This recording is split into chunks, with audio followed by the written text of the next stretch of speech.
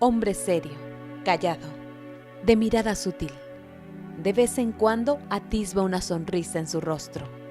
Quienes lo conocen saben que las marcas del tiempo en su cara no son otra cosa que las luchas de vida de las cuales ha salido victorioso.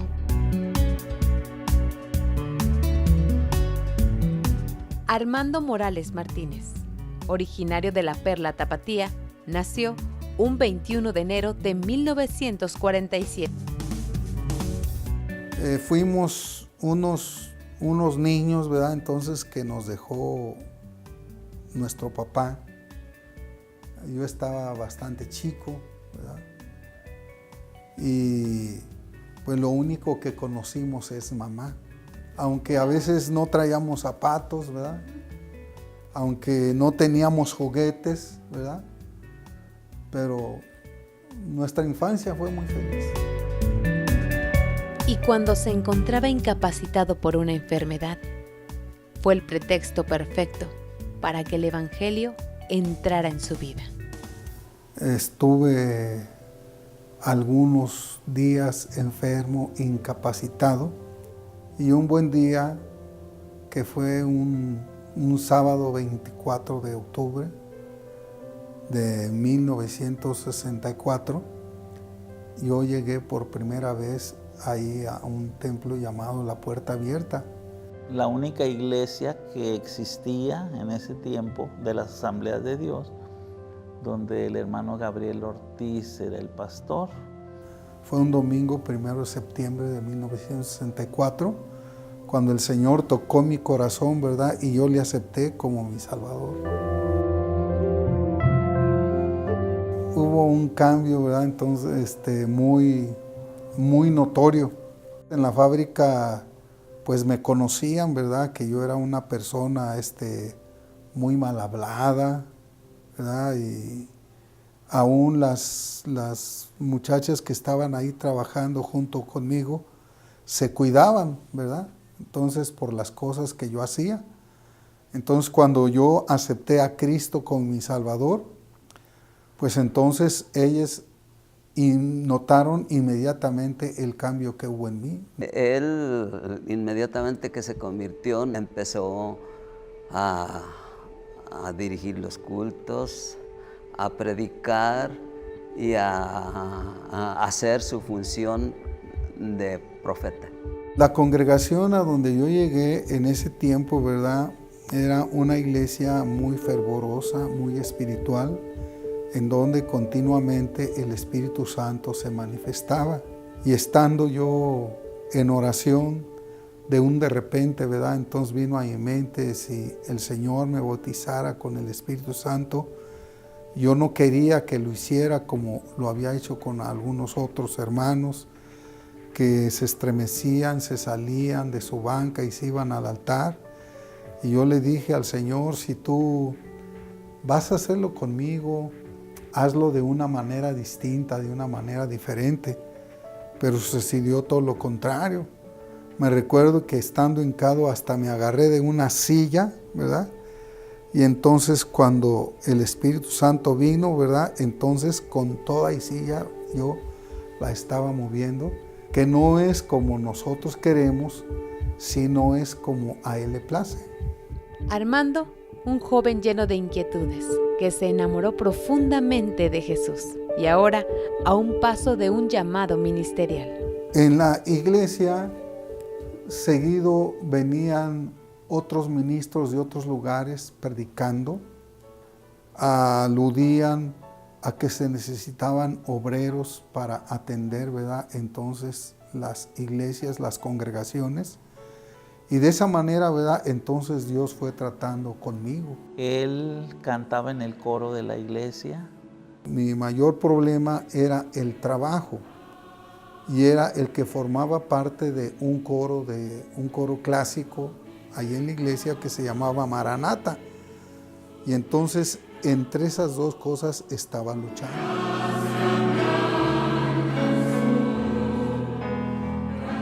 Un hermano que ya partió con el Señor llamado Oscar García fue el que me dio, ¿verdad?, entonces la palabra que yo estaba esperando.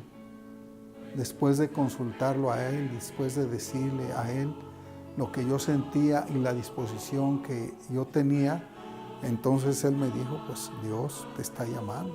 Él tomó su decisión de estudiar y si no mal recuerdo, él se fue a Mérida. Decidí tomar, ¿verdad?, entonces el ministerio.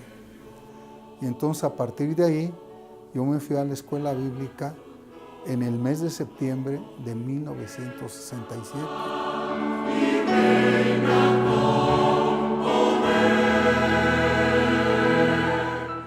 No terminó sus estudios allá, porque él se regresó y entonces ya cuando se regresó, él inició su trabajo de pastorado en Getsemaní.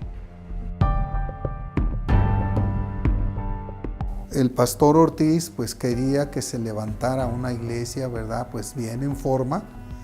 Y cuando yo regresé de Mérida, entonces yo le dije que yo podía trabajar allí.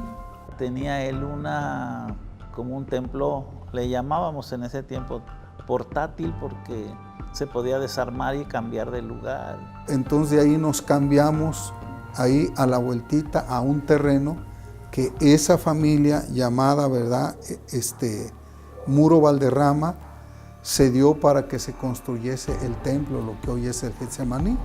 Se inició con la familia Muro Valderrama, 5 personas aproximadamente, y con la ayuda de miembros de la iglesia Puerta Abierta, se inauguró la obra el 8 de junio de 1968. Estando ahí ya en ese lugar, yo tomé la decisión, ¿verdad?, entonces de contraer matrimonio con la señorita Orfa Juárez Cuadras. Nunca me imaginé, ya que detrás de él andaban otras muchachas muy jóvenes y pensé yo que con alguna de ellas se iba a casar. Así que fue una sorpresa para mí. Y me fui a la escuela bíblica, ¿verdad? Ella se esperó a que yo viniera. Y cuando yo regresé, ¿verdad?, en el 68, pues entonces yo tomé la decisión, ¿verdad?, entonces de contraer matrimonio con ella ese 11 de enero de 1968.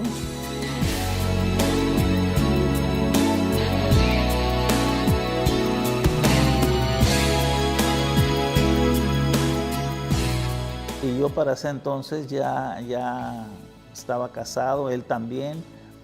Y nuestras esposas pues se hicieron amigas y nos frecuentábamos mucho. Luego también porque empezaron a nacer nuestros hijos y los hijitos pues se hicieron amigos también. Somos Isaías, es el mayor. Mi papá, pues desde que yo nací ya era pastor. Sigue Enoch. Me recuerdo, vago.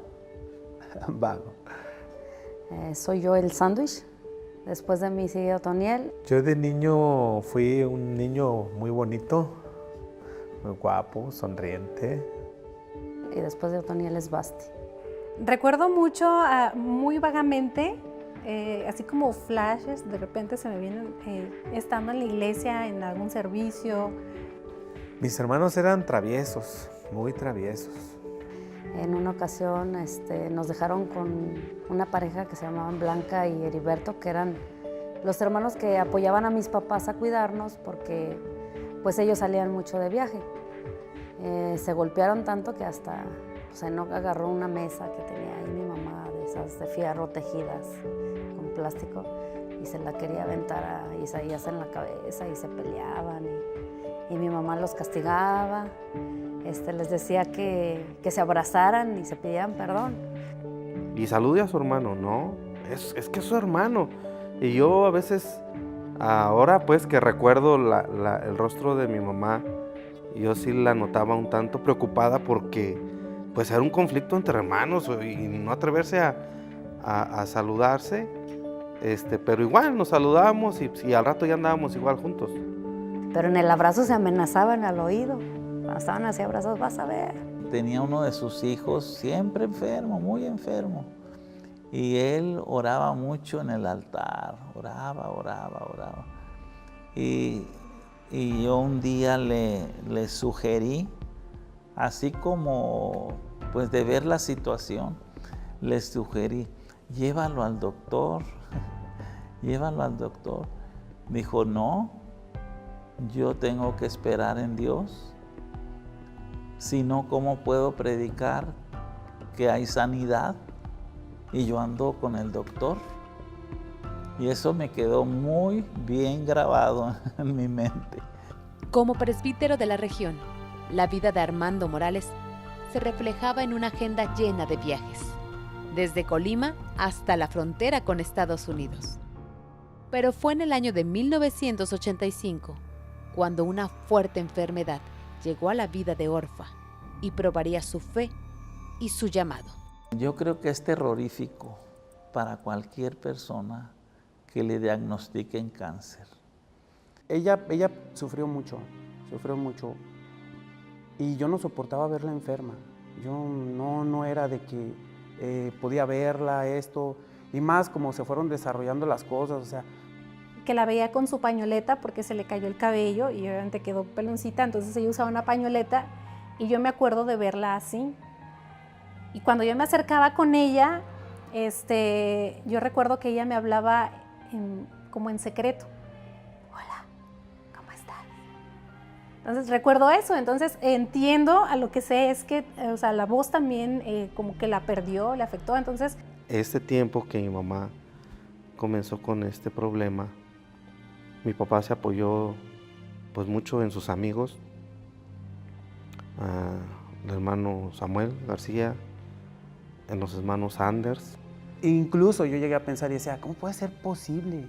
¿Cómo puede ser posible que unos siervos de Dios, que ellos que se dedican a la obra, que esto, que lo otro, bien entregados y todo, y que Dios no haga un milagro en ellos? Fueron sus últimos momentos cuando yo necesitaba de ella. Me acercaba a ella, yo sentía que por su enfermedad que ella había pasado, me rechazaba. Ya cuando mi mamá vino a dar acá con mis abuelos es porque ya estaba muy mal.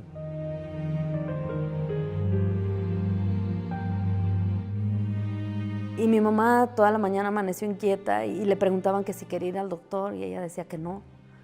Y que preguntaba por Armando y decía, quiero ver a Armando. Mi papá terminando su turno se fue a verla y él entró y le dijo que cómo estaba.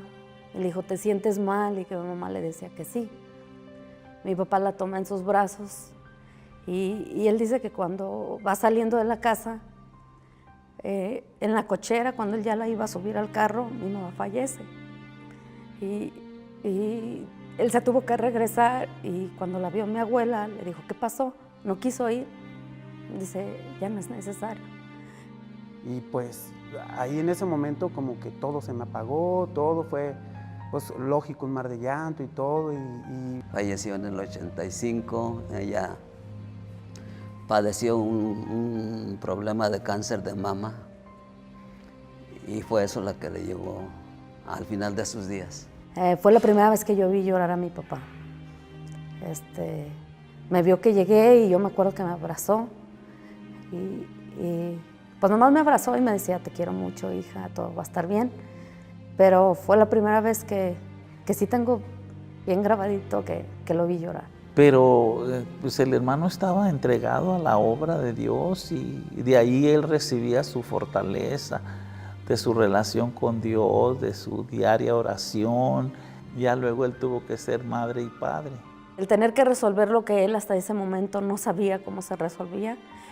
Si los hijos van a la escuela, si se cambian antes o se cambian después, o muchas cosas, ¿no? Yo no recuerdo que el hermano dependiera de otras personas para cuidar a sus hijos.